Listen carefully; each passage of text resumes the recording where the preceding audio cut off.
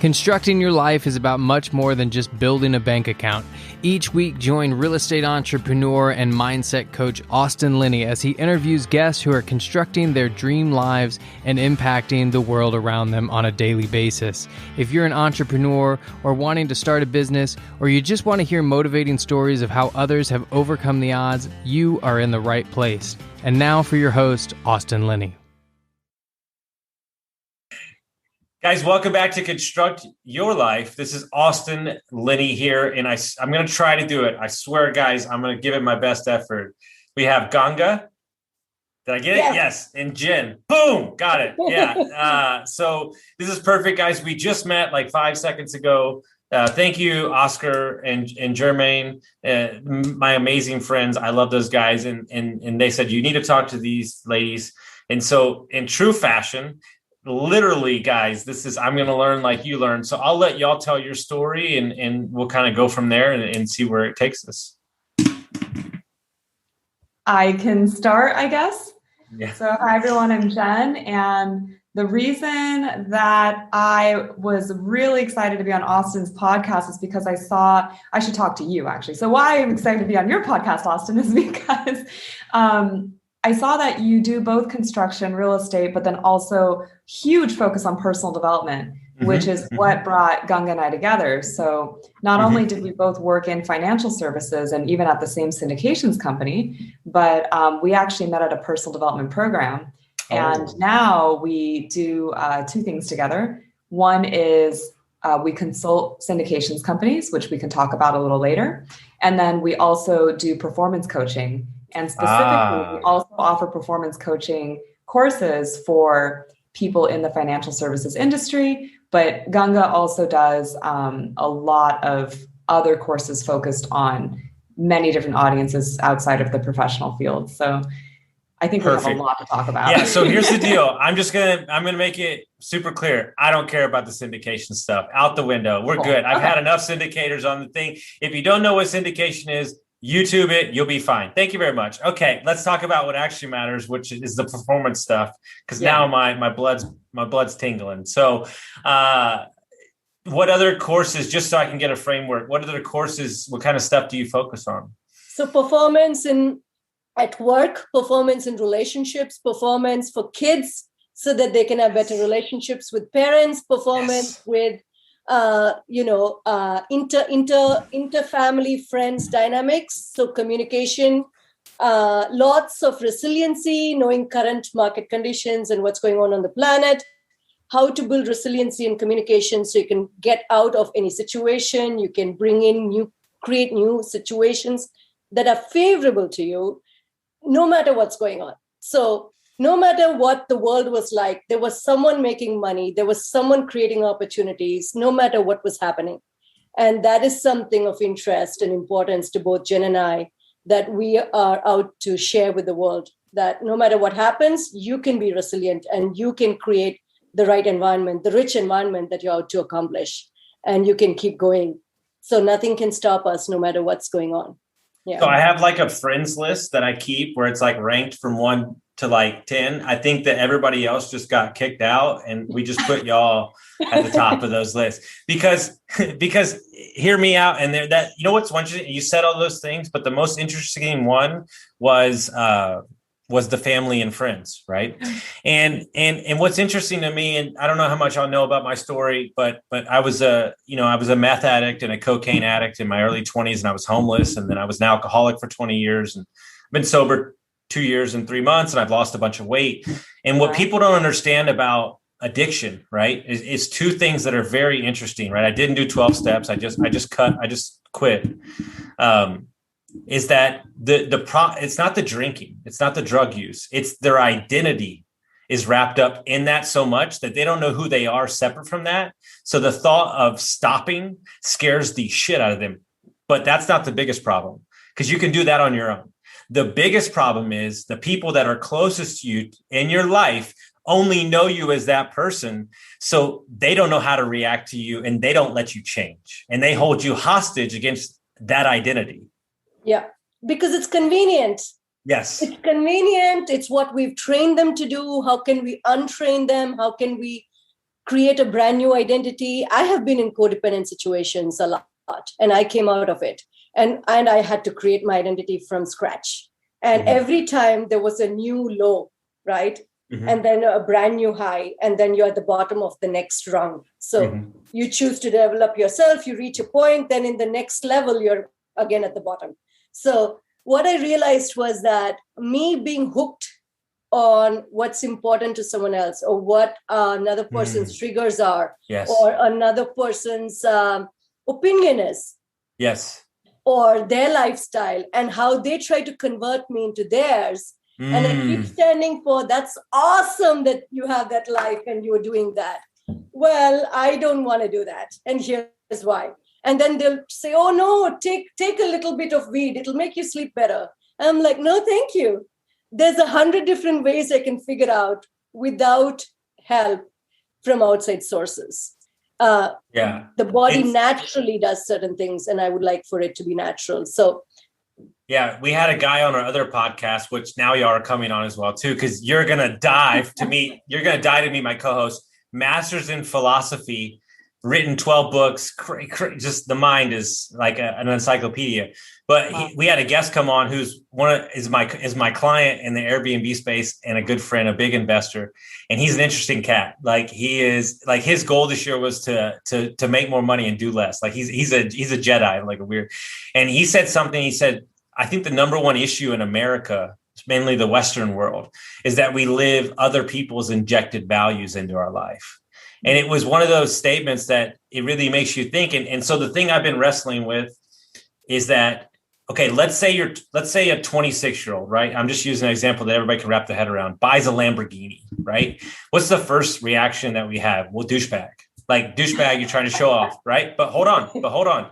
What if that guy's dad died at 15 years old and they grew up fixing Lamborghinis together and he worked his ass off, right? And so we got to be very careful that we're not trying to get people to live our values, because their values are not our values. And I think half the time the framework of what we deem important for us and the way that we think other people should live that life too, and the stories we create on top of that, is like this metaphysical layer of just triggered BS emotions. And it creates this uneasy relationship where you're not where I need you to be and you're not where I need you to be. And this happens in relationships, business relationships. It happens in, what's interesting as I'm saying this, I think the biggest issue is the way that kids feel about their parents. Like, and I'm guilty. 20 years. My parents didn't do the right thing when they got divorced, and I blame myself for 20 years. But they're also humans. And I think we put these parents up on a pedestal. Right? Am I crazy, Jen? Like, don't you think this is like what very we do? much so? And I'm also guilty. And this is stuff that I've had to work on myself, right? And forgive my parents for being younger than me when they had me. So it's just not something you think about. No, it's great. And so let's talk about like coach. I'll start with you, Jen. You coach a lot of different like performance, like so financial services space. Okay, so what would you say? I like to go the opposite. So everybody says, what should you do if you do it? What are the people doing? Let's give me one or two things that they're doing that they shouldn't be doing. Like right now, like if you're an entrepreneur, a young investor, stop doing this right now. Working harder, thinking that working harder, doing more is the way to performance.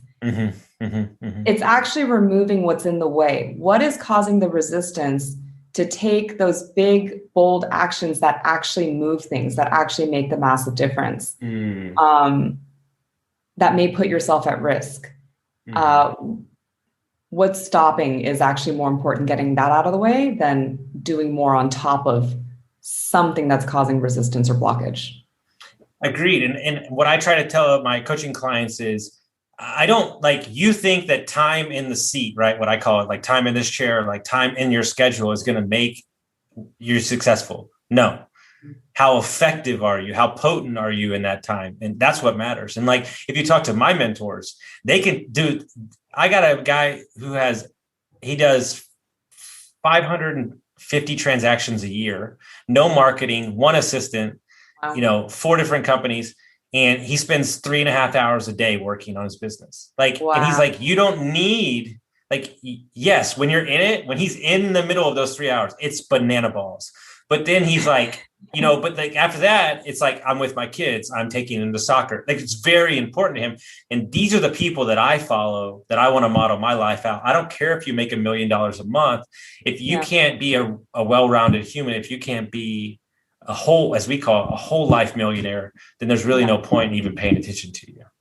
That's a really great point, actually, because the second part is actually, I'll use a personal example, right? This is something I literally discovered today. My goal, like everyone else, is to work less and make more, right? Yeah. But because making more has to look like hard work, this is a very deeply ingrained. It only counts if I worked hard for it. If I bought a Bitcoin and it went up and I made money off of it, it doesn't count because I didn't work hard for it. I just made a good decision. You know what I mean?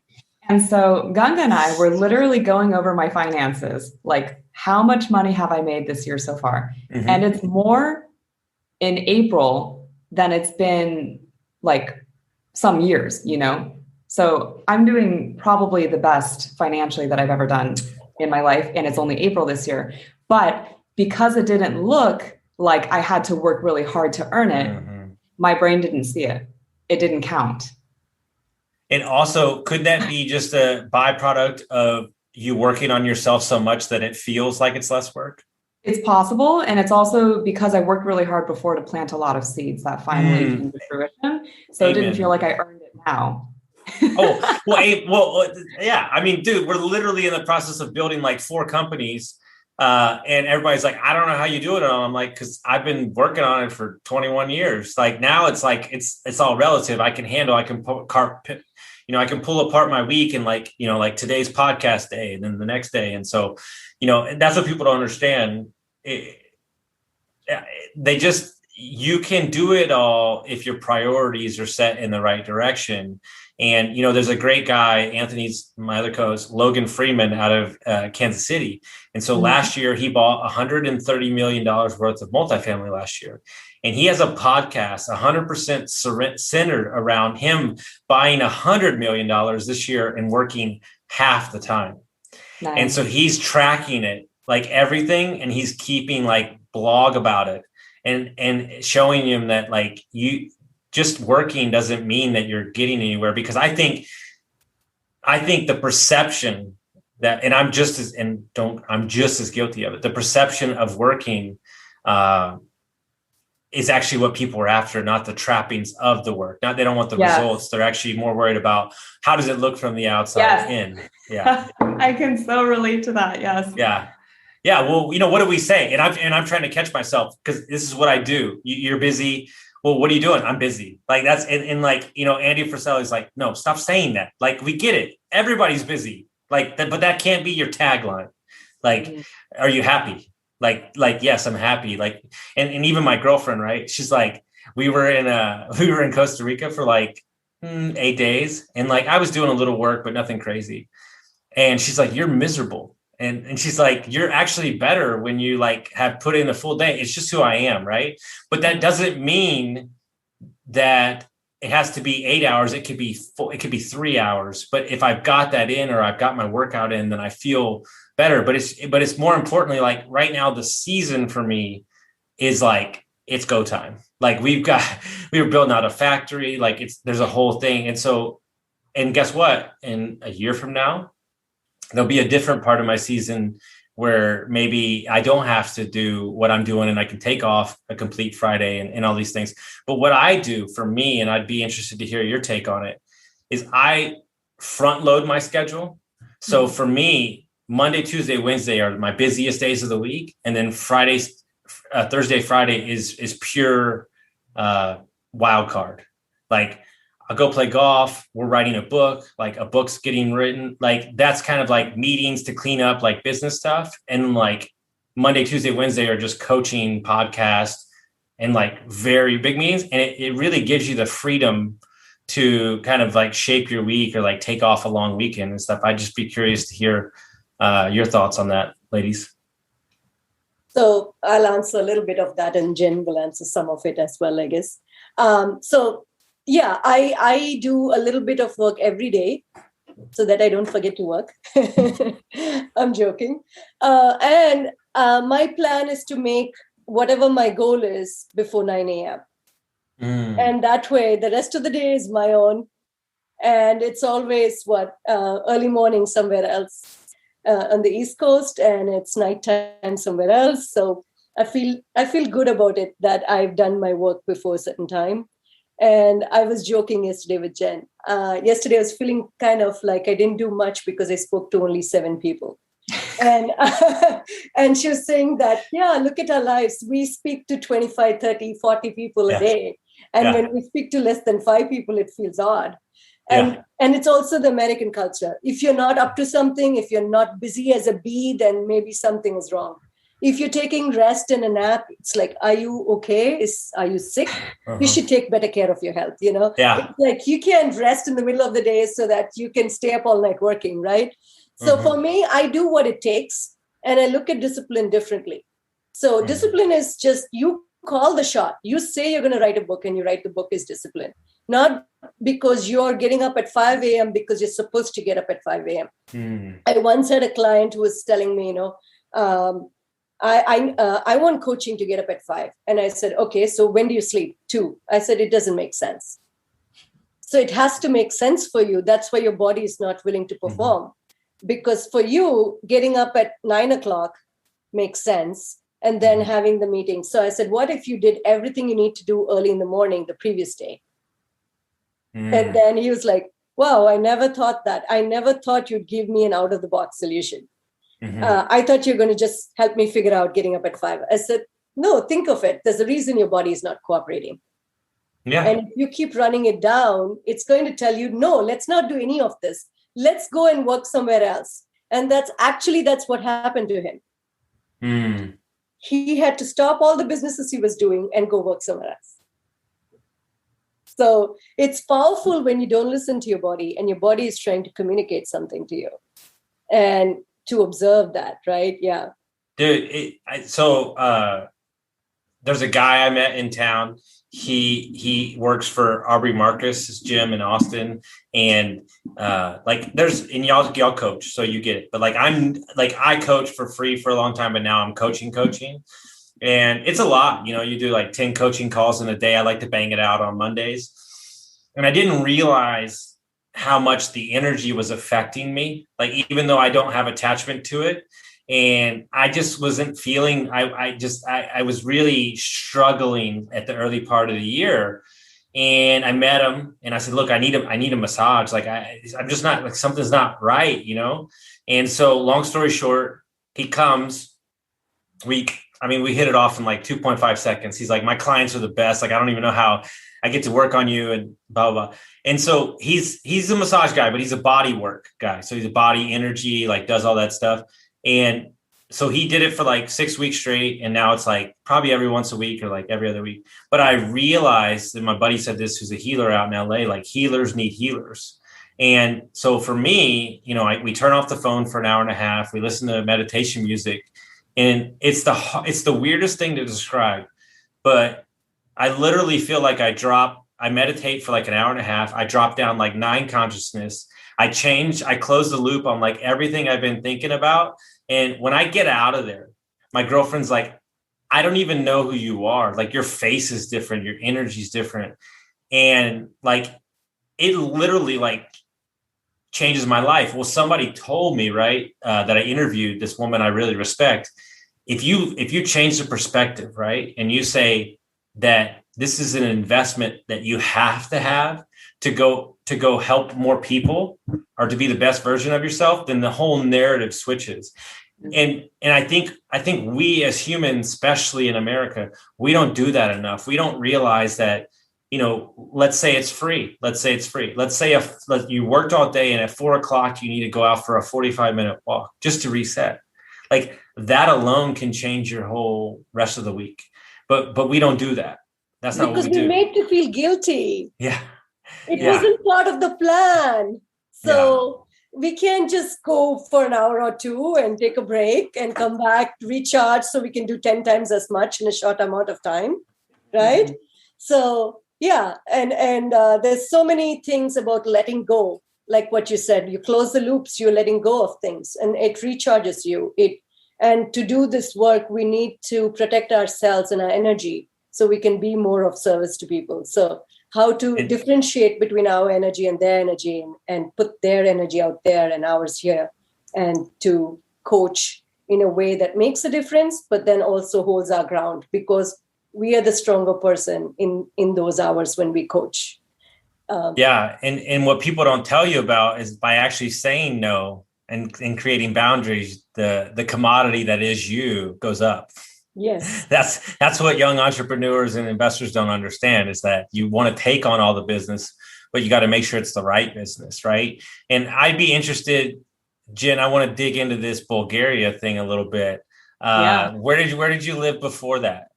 So I lived in the Bay Area, California, which is also where Ganga lives. And I grew up there most of my life. I went to school in LA. So I've pretty much been a California girl my whole life. Mm-hmm. What happened was I met my husband, who is Bulgarian. Okay. And he is a cybersecurity engineer. And then here I was working in private equity real estate investments. And on our wedding day, his parents gave us the deed to the family properties to symbolically include me in the family's assets, right? Mm-hmm. Well, first of all, these properties were in Bulgaria. And second, one of them contained an apiary, a bee farm. Okay. Yeah. And the funny thing is my husband's allergic to bees. So this beekeeping has been in my husband's family for 4 going on to 5 generations. And it's been passed down. It was a wedding gift from his great grandparents, passed down from wedding to wedding until our wedding. Now, he's always wanted to help his parents. None of his other siblings are interested, but he's allergic to bees. So that was never going to happen. And around that time, I was also ready for an adventure. So I said, I was the first to quit my job. I started apprenticing with a beekeeper who was a financial planner who I learned had 70 beehives on the side. And I'm like, how do you need help? And she said, yes, I need help. I will teach you. I quit my job. He quit his job. About half a year later, we moved to Bulgaria right before COVID. And my social life has never been better. I've never had so much. This year, being away from the Bay Area, I felt a lot more feminine. I was very masculine, working, talking to investors all day and just, go all the time. And in addition, I'm around nature. We get to keep bees. We have an apartment in the city, and then we have the farm. So I split my time. I've made so many new friends, and I started organizing events for the expats here. And now I'm the admin of a 5,000 person group for the expats in my city. Okay.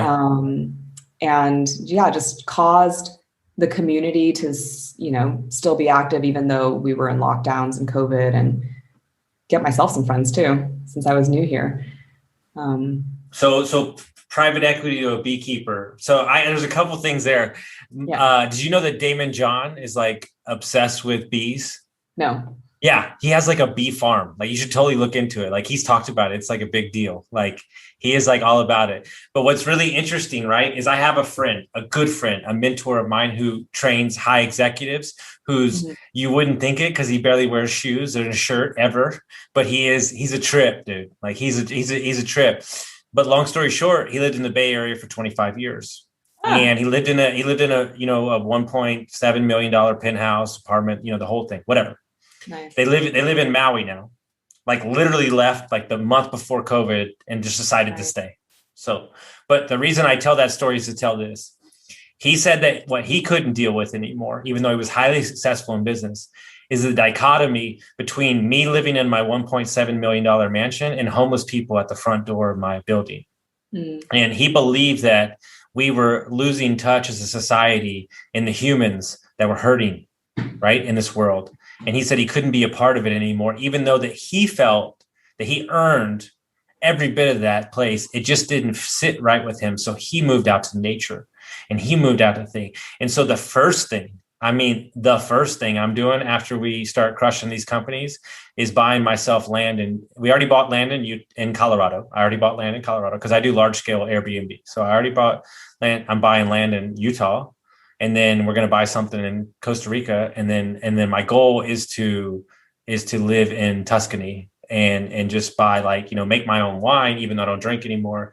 But like, what I don't understand, and my girlfriend is totally like that. I don't do medicine. Like, energy is everything. What I don't understand is how because they do this in recovery space, right? So in recovery space, it's a known fact that if you take people out in nature and go hiking, they will open up more.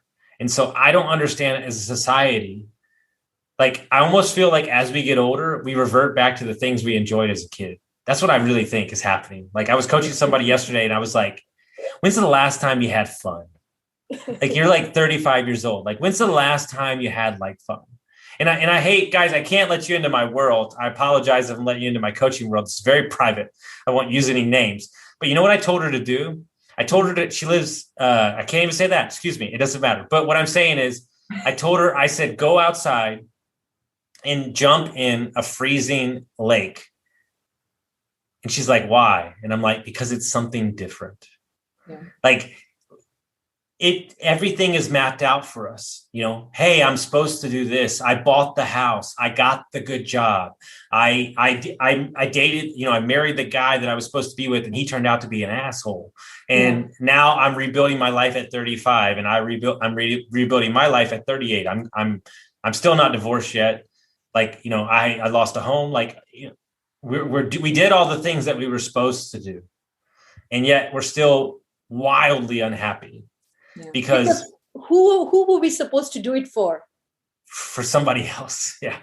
And where is that somebody? Show me. Right. Yeah. Where are they at? Because they're not paying the bills. So yeah. So it's like, I was supposed to be pleasing my parents. And then when I told her I'm going to get divorced, she said, okay, so will divorce make you happy? Because in her mind, marriage was supposed to make me happy. It didn't. So is divorce going to make you happy? I said, yes. She said, okay, then you'll give your word to this. I said, yes. And when she said yes, it was a huge weight off my back, because she's the one that paid for my first wedding. She's the one that approved it. Right. And we had 1,000 people saying they were aligned with us getting married. And here I'm breaking my word to it. That's how it occurred for me. Yeah. It doesn't matter what bad stuff happened in the marriage. What it was I was losing my power over that promise.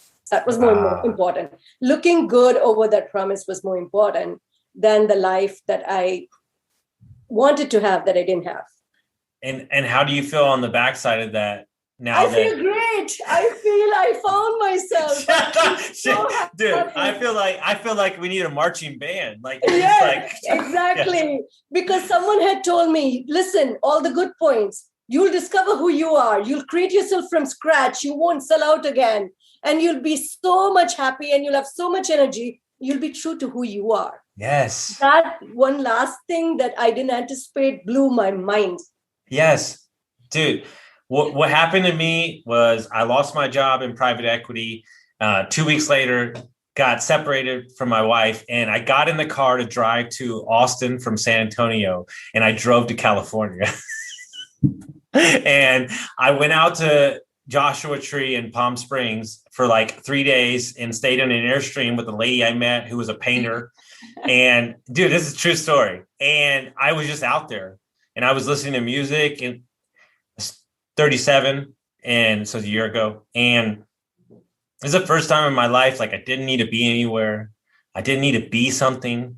Like, I wrote letters to like my ex, my mother-in-law, like my ex-wife. Like, I wrote letters to everybody. Like, I cried, like all these things. Right. And then I proceeded to travel for the next like 6 months, visiting friends up the coast, everywhere. And, my coach who lives in Costa Rica, like my good friend, he was like, I was like, dude, like, I regret like the money I spent, like from the house I sold and all this shit. And he's like, so let me get this straight. For the first time in your life, 37 years, you did something for yourself, and now you're regretting it. Yeah, I don't think so, cowboy. He's like, and so it's interesting, right? Because there's a word that keeps coming up. And I was talking to somebody the other day, and it's a very word that when I hear it, I think it's the key to everything. Permission. We don't allow ourselves permission to be happy anymore. We don't allow ourselves permission to slow down. We don't allow ourselves permission to say what we need to say. Right? You keep it all in. You don't share. And what they don't understand is when I meet people, true story. If you saw me at a networking event, hi, I'm Austin. Divorced. I was homeless, drug addict, and I was an alcoholic. Nice to meet you. Like, because whatever happened to me in the past doesn't control me anymore. And because it controls you, and because you keep it hidden in the closet, that's why it's running your entire life. And you're telling the story about moving, and you don't know what's going to happen. You don't know how, if you'll be there the rest of your life. But what struck me in that whole thing is the same thing that, funny enough, the same thing I'm going through currently. You needed to find your feminine side. I'm trying to find my feminine side too. Like the aspects about me, like my mom was very hard on me. She's very tough. My ex-wife was very tough. Like I've never really been loved by a woman. So like, I don't even know how to accept love. I can give it all day. And so I'm curious as you get into that aspect of who you are, like, does it make you happy? Like, is it like soften you up and like, maybe you're not as curt with people sometimes?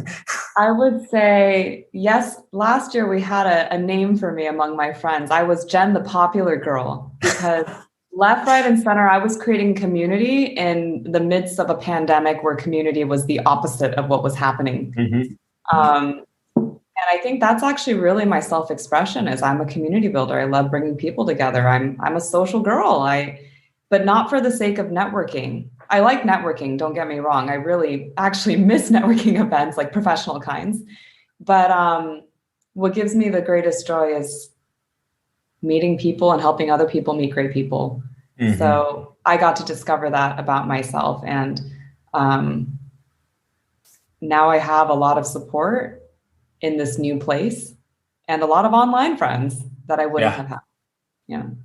No, I agree. I think there's and everybody labels me as the networking guy, which I've been on 3 podcasts this week talking about that one thing. And I'm cool writing a book about it. It's fine. Cool. But I'm also at a point in my life where I have enough people in my network that I'm also not like, I'm not seeking, but I don't feel the need to make that a priority currently. Like we have the money guys, we have the developers, we have the private equity, like, but guess what? I've been cultivating that for 20 years. Like, and everybody thinks you're just going to step into this world and just make it happen. It doesn't work that way. So what I want to focus on in the last part of this conversation, because I'm loving this part, is the performance coaching that you do for your clients. And kind of, I want to give anybody that's listening tactical tips that you can kind of go over, with your clients, that there's stuff that you work on a weekly and monthly basis with them that you feel like could help anybody out there add value to their life. So I'm going to speak to that. And I can say it. Doing it is a challenge. Okay. Yes. So I will say it. No, we have no problem sharing our secrets. So letting go of negative emotions, right? Letting go of the past. That's the number one. Admitting, you have this past, admitting that you're not perfect. It's fantastic. It's wonderful. And also recognizing where you're charged about it. Most of us will take that charge, use it as a driver in our work, in our with kids or whoever, wherever we go hiking, we use that energy and we push through that thing as though it's a challenge. It's not. We're dragging our past with us. We don't need to do that. We need to let go of the negative emotions and the past. We don't need to let go of the love we had for those people. We can let go of just the charge. We don't need to let go of the memories. We just need to let go of the charge. Because if you think about it, like I'm going to go back to the first conversation we started with parents. No parents had a perfect present or their childhood was not perfect either. So they gave us a version of resisting what bad childhood they had. I suffered, so I don't want you to suffer. Okay, here's the thing. If you do this, you won't suffer as much as me. But again, they took their past and gave it right to us unconsciously. And then what do we do is like, I don't want to be like you. Okay, I'm going to resist this. So I'm going to go do something else. So resistance, if we lose the resistance, we're going to have a better life. Whether it's losing, and then I'm going to come to another important thing that you were talking about, friendships and families and things. You are the sum total of the 5 people you interact with. So you want to choose very wisely. You're going to interact with those same people every day. What are they telling you? How are you getting influenced? And if they keep saying this 3 times a day to you, is this something you're committed to listening from them? And if you're not committed, ask them, make requests, change the language that they have for that communication. If that doesn't work, maybe it's time to get new friends. But we can't live, environment is stronger than will. And it's never to be underestimated. So we need an environment where we can thrive. And those are the important things that many programs don't cover that lead to performance. And once you're removing your limitations and taking the lid off yourself and you're free to be who you are, it's like, I'm going to use your own words, is permission to perform. Mm-hmm. When you have the permission to be human and you have the permission to have your needs met and you have the permission to go after your wants, then you're going to have an amazing life filled with joy and happiness and truly being self-expressed about the things important to you.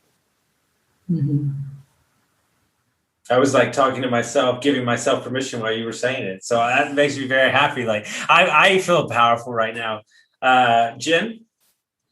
I think most of the people we work with also are all very committed to big things in their lives, and they are already producing big results too. And they have a really high baseline for performance, but maybe it's, for example, specifically with the financial syndications clients, right? They're very successful in the areas of money and career, but maybe there's 2 aspects actually.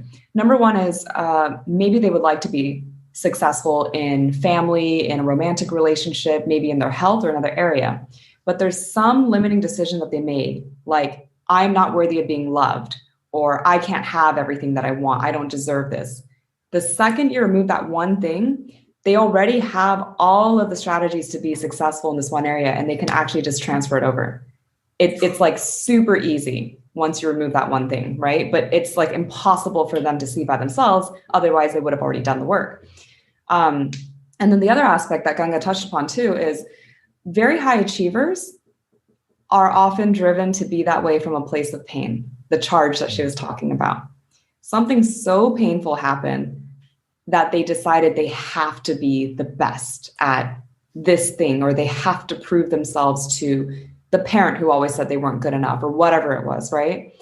And one of the things that we coach people in is, how do you actually find fulfillment and satisfaction in your existing successes? How do you even acknowledge that these are real accomplishments and feel proud of them, so that you're not always driven, trying to prove something from a place of hurt and pain and resistance, but actually being pulled by what it is that you actually want. And the thing with these people who end up with the, Olympic gold medal, who are still confused why they don't feel satisfied, is because they don't know what that thing is that they want. And we help people get clear through goal setting and other different workshops that we do. I know it's a good conversation when I'm uncomfortable examining my own life. So this is perfect. I mean, it's one of my best things I've ever heard. It was a yoga retreat from a friend told me this story. And I think it's one of the most powerful stories I share on the podcast. Is she got everybody in the workshop to think of 3 people that they would looked up to and they wanted to emulate and be. And so they write down the names. And then I want you to write 10 qualities of those humans that you would like in you. And then once they did that, they went back and crossed out all 3 names and wrote their names on top of it. Mm. And she said, there's no way that you would see those qualities inside those people if you didn't have them inside of you already. Yeah. And everybody thinks that what you and I and what you do and what we do is so powerful. And all I describe it as, you have a very muddy, buggy windshield. And I'm just here to like scrape off some bug and some dirt. and move the mountain across and wake up everything that's inside of you. And that's all my coach did. I got it my own way. It's all I do for my clients. And he said something to me that changed my life. And when I first started coaching, I got super stressed. Like what am I going to charge? All this stuff. And he goes, you don't have to be stressed to be a coach. And I was like, well, why? And he's like, because you only coach what you've been through. And I'm like, what? He goes, the people find you. And what's funny is I make all my coaching clients take a personality test. We all have the same personality, exactly the same. And they're like, well, I've been a victim for like 15 years. I'm like, well, I was a victim for 20 years. So I got you beat. We're good. I'll fix it in a week. And they're like, that, just like that. And I'm like, yeah. And it's about attracting what you can serve and saying no to what you can't, and understanding that you can't take it all. Like you can't, you're one human. I'm here to help. Like like y'all coach in the financial sector. Like, hey, guess what? If a wholesaler came to you, you'd be like, you know what? It's not what we really do, but I know somebody over there. And just being okay in the abundant mindset and saying, okay, I'm going to give you that. And then my guy, because what people don't understand is this big opportunity that we're doing right now with my construction company. If I would have said yes to 2 other things over here, I wouldn't be available for it. Or it would have been very messy to get out. And so you have to have some sort of like, and this is the thing I work on a weekly basis. You have to have some sort of surrender. Like, I tell everybody, if you want a seat, you must surrender. Like your force to push it through is only going to lead to heartbreak. Because it's fake, it's false. You're pushing triggered emotions and all this stuff. And it's a cascade of all sorts of stuff. And look, we could talk for 17 hours about this stuff, and we're going to have you on again. We're going to have you on the other podcast. But if people want to find out about what you're doing and how they would find your journey, how would they do that? It's focuscoachingus.com. Okay. Yeah. And that's the easiest way? That's the easiest way. And Jen, I'm on Facebook a lot. Yeah. We are building LinkedIn, Facebook, focuscoachingus.com is probably the best way to find out about the coaching itself. Okay. I love it, man.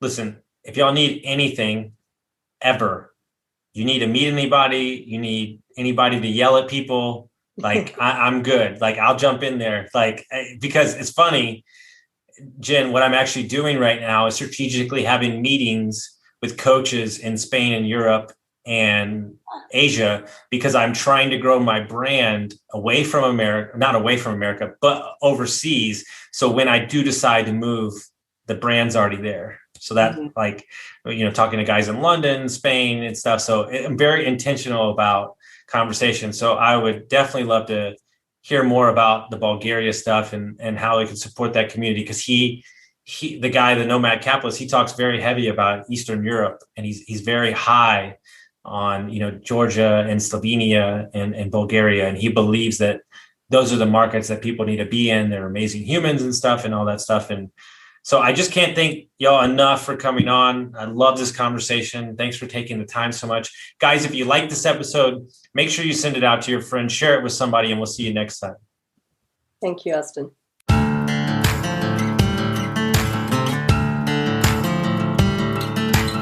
Thank you for listening to Construct Your Life with Austin Linney. If you enjoyed this episode, be sure to rate, review, subscribe, and pay it forward by sharing with a friend.